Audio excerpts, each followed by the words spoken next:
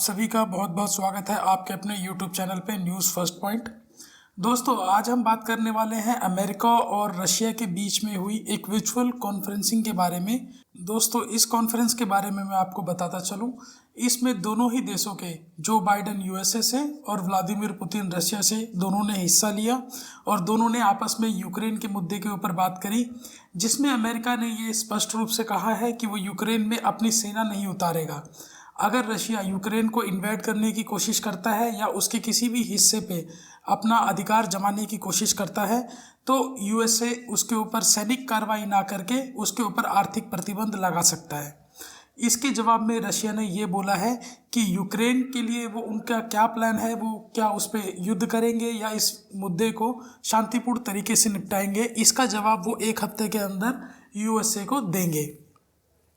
यहाँ पे दोस्तों देखने वाली बात यह है कि आप देखेंगे कि मिडल ईस्ट में सऊदी अरेबिया हो गए, कतर हो गए, काफ़ी सारे ऐसे अलाइंस हैं दुनिया भर में यूएसए के, जैसे जापान हो गया, जो डिपेंड करते हैं यूएसए के ऊपर अपनी सिक्योरिटी को लेके।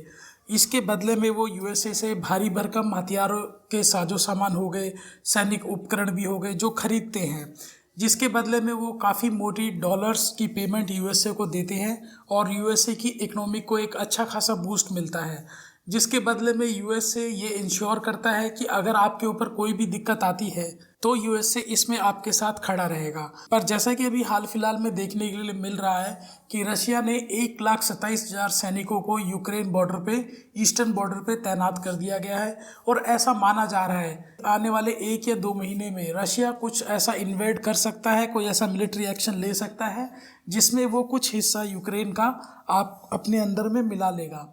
इन सब बातों को देखते हुए नाटो जो देश हैं उनमें भी काफ़ी चिंता बनी हुई है। इस कॉन्फ्रेंस में ये भी अमेरिका की तरफ से कहा गया है कि अगर वो यूक्रेन को बचाने के लिए जाते हैं तो कहीं ना कहीं रशिया का खतरा जो है वो उन नाटो देशों के ऊपर भी आ सकता है। अगर ये लड़ाई बढ़ती है तो ये लड़ाई यूक्रेन से बाहर निकल के नाटो यूएसए वर्सेस रशिया भी हो सकती है। तो अमेरिका ने कहा है कि इन्हीं सब बातों को ध्यान रखते हुए कि कहीं ये विवाद जो है नाटो यूएसए और रशिया के बीच में ना आ जाए, इसलिए वो यूक्रेन में अपनी सेना को नहीं उतारेंगे।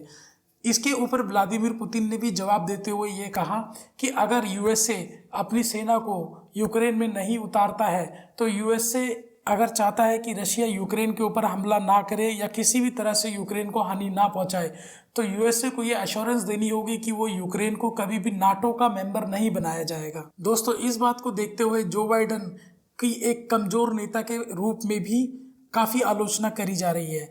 जितने भी उनके अलायंस हैं वो भी इस बात को सोच रहे हैं कि अगर कल को कोई पावरफुल एनिमी जैसे रशिया हो गया या चाइना अगर उनके अगेंस्ट खड़ा हो जाता है, क्या ऐसा तब तो नहीं होगा कि यूएसए नाटो को अपने को बचाने के लिए उनके ऊपर कोई कार्रवाई ना करे, रशिया को या चाइना को किसी भी तरीके से मतलब उनको डिफेंस ना करे।